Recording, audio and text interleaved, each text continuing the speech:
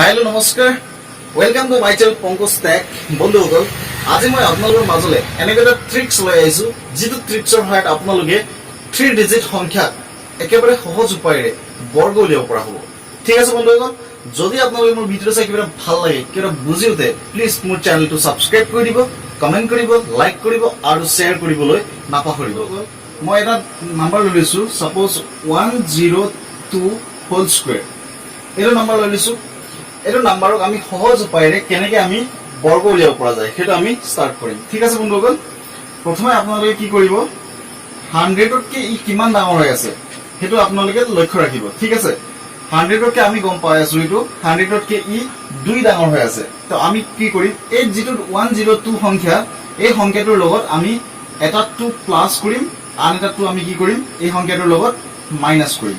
ঠিক আছে বন্ধুসকল, এইটো আমাৰ প্ৰথম কথা। দ্বিতীয় কথা হৈছে কি, যিটো সংখ্যা আমি ইয়াত পালো, এই সংখ্যা দুটাক আমি স্কুৱেৰ কৰিব লাগে, পূৰণ কৰিব লাগে। মানে 2 2 যা, এইটো সংখ্যা আৰু এইটো সংখ্যা আমি পূৰণ কৰিলে আমাৰ হ'ব 4। আমি সংখ্যাটো 4 পালো, কিন্তু বন্ধুসকল লক্ষ্য ৰাখিব, 4টো আমাৰ এটা ছিংগল ডিজিট নাম্বাৰ আহিছে।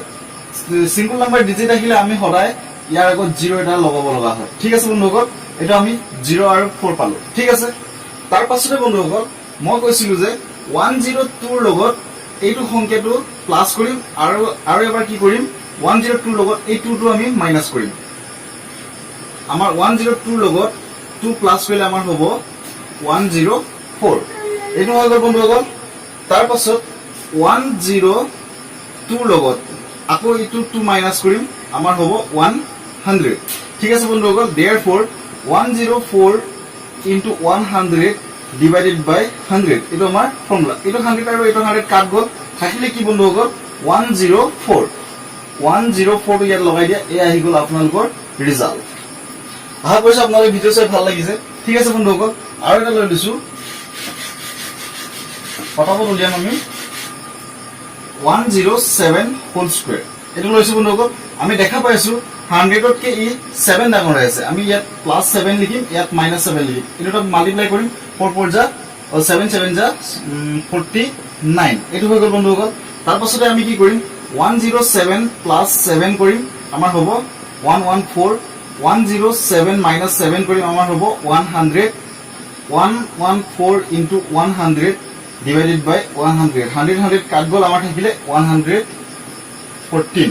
এয়া আহি গৈছে আপোনালোকৰ ৰিজাল্ট।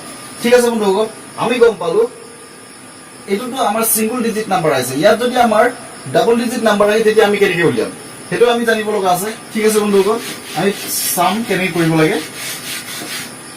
মই লৈছো 112 হোল স্কুৱেৰ, এইটো নাম্বাৰ লৈছো বন্ধুসকল। এতিয়া দেখা পাইছো আমি 100তকৈ ই কিমান ডাঙৰ হৈ আছে।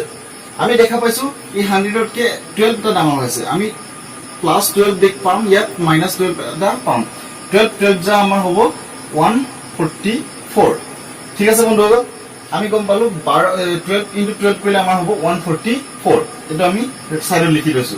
এতিয়া আমাৰ কথা হৈছে কি, ইয়াৰ এইটো সংখ্যাৰ লগত এই 12ক আমি প্লাছ কৰিম।